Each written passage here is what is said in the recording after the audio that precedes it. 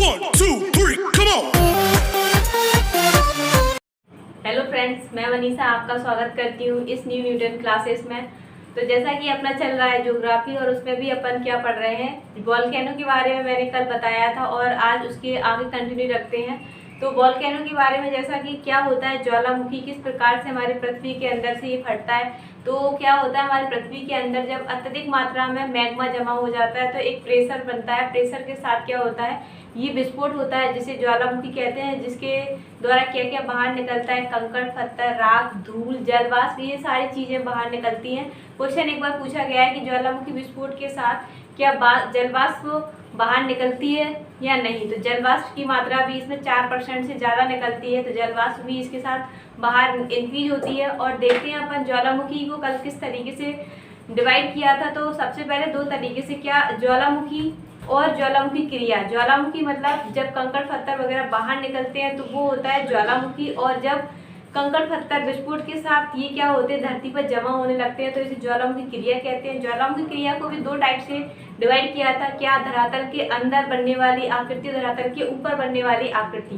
तो धरातल के अंदर जैसे कि अपन ने देखा था लैकोलिथ, थैकोलिथ, सिल, डाइक, इस तरीके से देखा। उसके बाद धरातल यानी सरफेस के ऊपर जो बारीक बारीक कंकड़ जैसे टफ, बम, लेपेली, ये क्या होते हैं, ये सब अपन ने देखा। अब अपन देखते हैं ज्वालामुखी के प्रकार, यानी कि ज्वालामुखी 3 प्रकार के होते हैं, सक्रिय ज्वालामुखी, प्रसुप्त ज्वालामुखी, और अपना क्या हो जाएगा, शांत ज्वालामुखी। प्रसुप्त यानी कि सक्रिय ज्वालामुखी की अगर बात कर रहे हैं यहाँ पर, सक्रिय ज्वालामुखी वे ज्वालामुखी होते हैं। सक्रिय ज्वालामुखी ये आपका लिख दिया, ज्वालामुखी के प्रकार, ज्वालामुखी के प्रकार हो गया। इसके अंतर्गत अपन को देखना है सक्रिय ज्वालामुखी।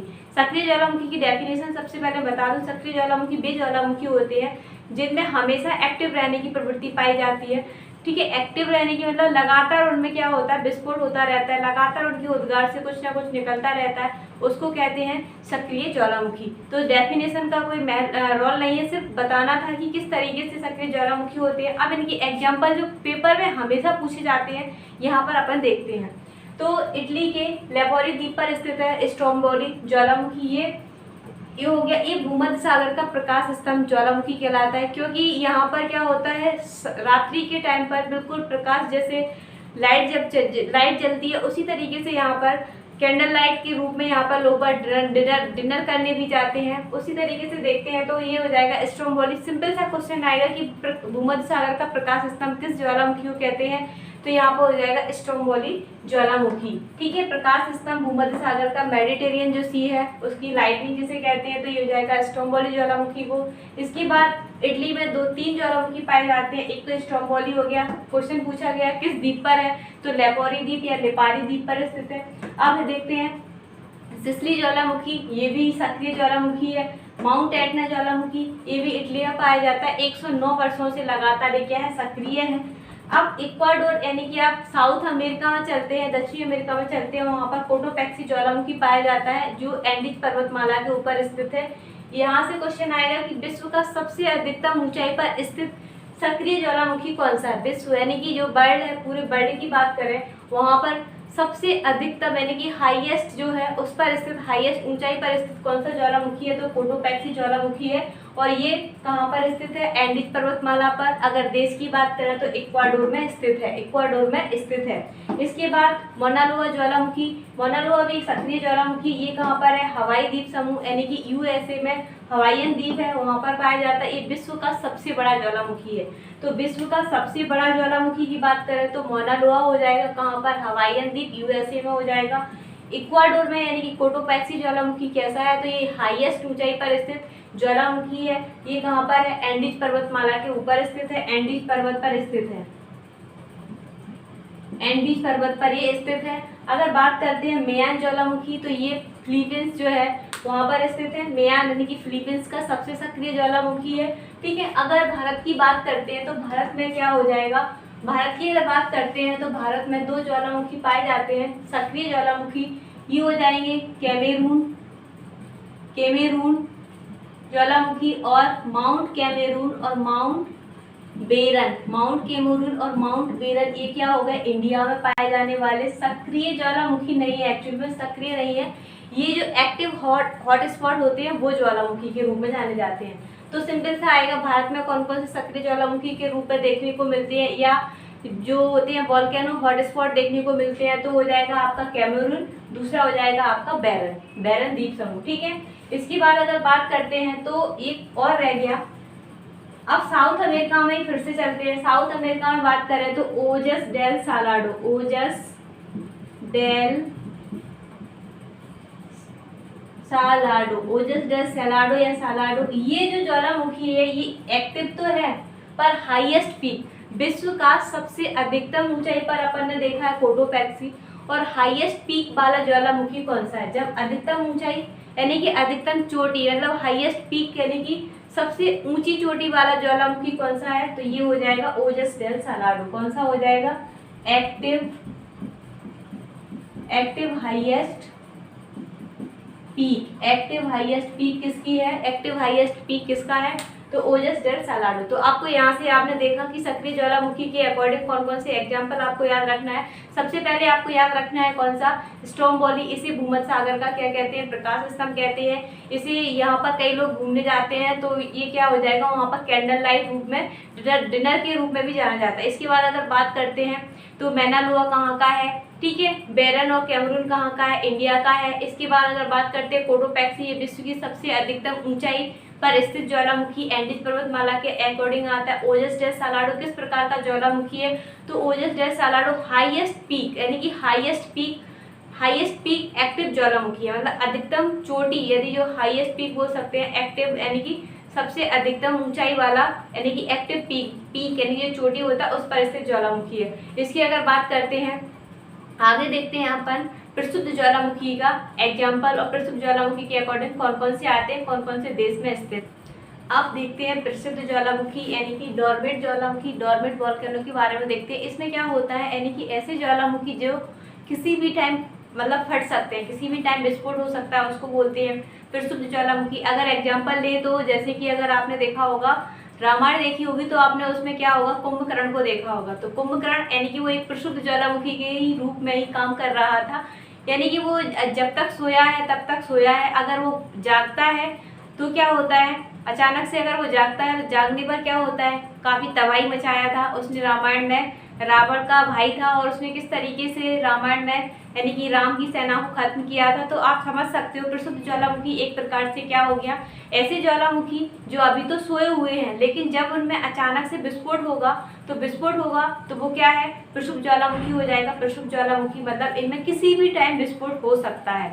तो इस तरीके से इनके एग्जाम्पल देखते हैं, सिंपल से एग्जाम्पल आते हैं कि कौन सा ज्वालामुखी किस देश में स्थित है या कौन सा ज्वालामुखी प्रसिद्ध है, कौन सा ज्वालामुखी सक्रिय है, इस तरीके से।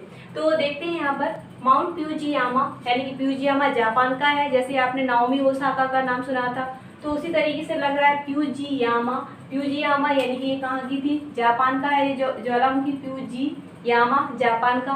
ठीक है, माउंट चिम्बाराजो यानी कि इक्वाडोर, ये कहाँ पर पड़ता है। अपन अभी पूरा वर्ल्ड यानी कि मैप के साथ देखेंगे, सातों कॉन्टिनेंट को देखेंगे, उसमें यानी कि अगर बात करते हैं तो ये साउथ अमेरिका में स्थित है। कहाँ पर? साउथ अमेरिका में यानी कि माउंट चिम्बाराजो साउथ अमेरिका में स्थित है।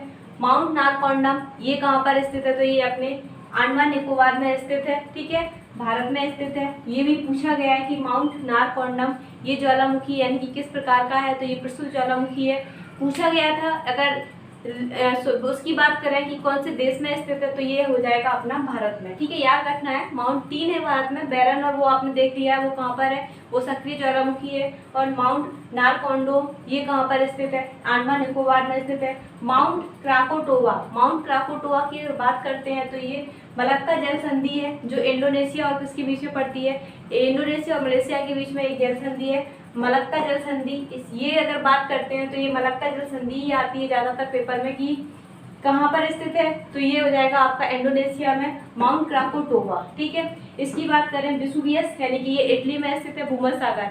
अगर बात करते हैं इटली के पास काफ़ी ज़्यादा ज्वालामुखी देखने को मिलते हैं, जैसे कि आपने सक्रिय ज्वालामुखी में अगर बात करते हैं तो 3 देखने को मिलते हैं, याद रखना है। एडना ज्वालामुखी भी इटली का था और आपने देखा था स्ट्रोम्बोली ज्वालामुखी भी इटली का था और सिसिली ज्वालामुखी भी इटली का था, ये सक्रिय थे और अगर बात करते हैं विषुवसीय की, तो ये इटली में स्थित है। ये कैसा है? प्रक्षुब्ध ज्वालामुखी। प्रक्षुब्ध बता दिया है अगर किस प्रकार का होता है, जिसमें किसी भी टाइम उद्गार यानी किसी भी टाइम विस्फोट हो सकता है, उसको बोलते हैं प्रक्षुब्ध ज्वालामुखी। ठीक है, तो यहाँ से एग्जाम्पल हमेशा पेपर में आते हैं, तो आपको इनको अच्छे से याद करना है। ठीक है, अब तीसरा प्रकार देखते हैं ज्वालामुखी के अंतर्गत शांत ज्वालामुखी। यानी कि शांत ज्वालामुखी का मतलब वे ज्वालामुखी जो जिनमें कभी भी उद्गार एक बार फटने के बाद हमेशा के लिए शांत हो गया, उनको कहते हैं शांत ज्वालामुखी। मतलब एक बार मनमोहन जी का अगर एग्जाम्पल लेते हैं, जैसे उस टाइम पे पीएम थे, तो वो क्या एक बार ही बोले और फिर नहीं बोले, तो उस तरीके से तो अपन किसी पार्टी को नहीं लेते हैं। लेकिन अगर मैं आपको बता दूं तो मतलब शांत ज्वालामुखी जो व्यक्ति हमेशा शांत रहता है, लेकिन एक बार बोला और हमेशा के लिए शांत हो गया, तो वो हो गया शांत। इसी प्रकार से ज्वालामुखी का हाल रहता है। ज्वालामुखी मतलब वो ज्वालामुखी जिसमें एक बार तो विस्फोट हुआ, लेकिन अब कभी भी विस्फोट होने की संभावना नहीं है, हमेशा के लिए शांत हो गए, इसे मृत ज्वालामुखी भी बोलते हैं। ठीक है, तो इस तरीके से देखते हैं। इसके एग्जाम्पल भी बहुत इंपॉर्टेंट है। देखते हैं यहाँ पर माउंट किलिमंजारो यानी कि तंजानिया में पड़ता है। तंजानिया भी कहाँ पड़ता है? दक्षिण अफ्रीका में तंजानिया पड़ता है। ये अगर अफ्रीका महाद्वीप जब पूरा पढ़ेंगे डिटेल में, तो बता देती हूँ थोड़ा सा आपके लिए कि ये हाईएस्ट पीक ऑफ अफ्रीका, यानी कि अफ्रीका की सबसे ऊंची चोटी है किलिमंजारो, और ये शांत ज्वालामुखी के अंतर्गत आती है।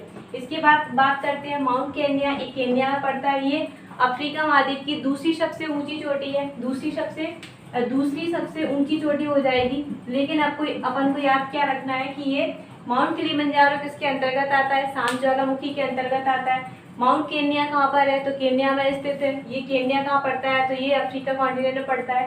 ये भी यहाँ की दूसरे नंबर की हाईएस्ट पीक हो जाएगी। इसकी अगर बात करते हैं देवमंत ईरान में पड़ता है।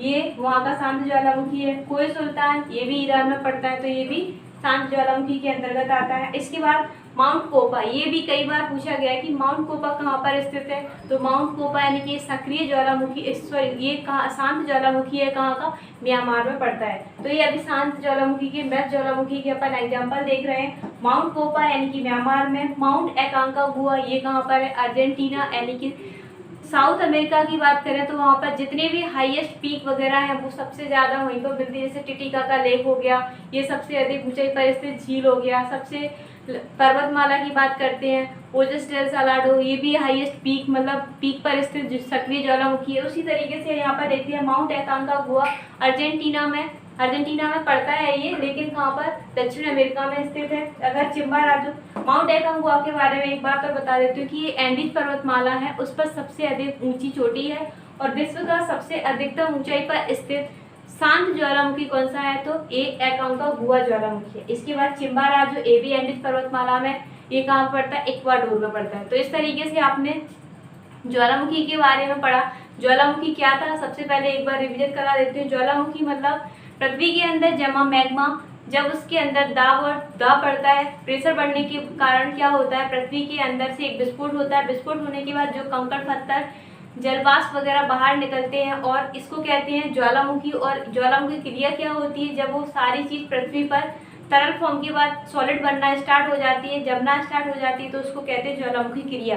ज्वालामुखी क्रिया के आधार पर किस तरीके से आकृति बनती है? तो एक तो मैग्मा पृथ्वी के अंदर धरातल के अंदर जमता है, तो उसके अंदर कुछ आकृतियां बनती हैं और कुछ चीजें बाहर निकलती हैं, कंकड़ पत्थर बारीक कणों के रूप में, मटर के दानों के रूप में, आलू की आकृति जैसे रूप में।